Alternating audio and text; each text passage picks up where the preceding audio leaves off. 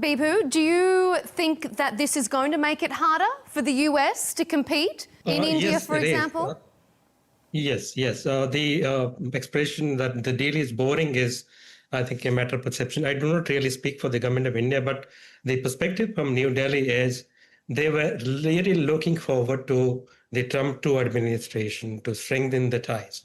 So the non-happening of the trade deal, which they thought India will be the first country to sign the trade deal with the US. That didn't happen. They thought they will be among the 5 countries to sign the trade deal. That didn't happen, and it hasn't happened till now. That has come as shock as well as a matter of desperation for India to diversify its trade. 132 billion of Indian exports to the US. So where does India find those markets? I mean, I understand the boring part of it because the EU-India trade is already 137 billion. Obviously, this 132 billion that India is losing out with the US is not going into the EU. You cannot compensate for that. So that way is boring.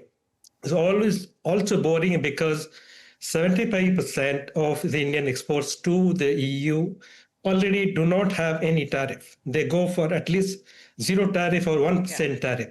So this deal is not about tariff at all. It's about strengthening a partnership and also sending a message to Mr. Trump that here is a framework. Now, the EU has taken India's sensitivities on agricultural products, dairy products, and all sorts of things into account, and that's how the trade deal happened. Take those sensitivities into account with the India-US trade deals as well, and that trade deal will happen. So that's the measure of sort of frustration that the India has with the US at the moment.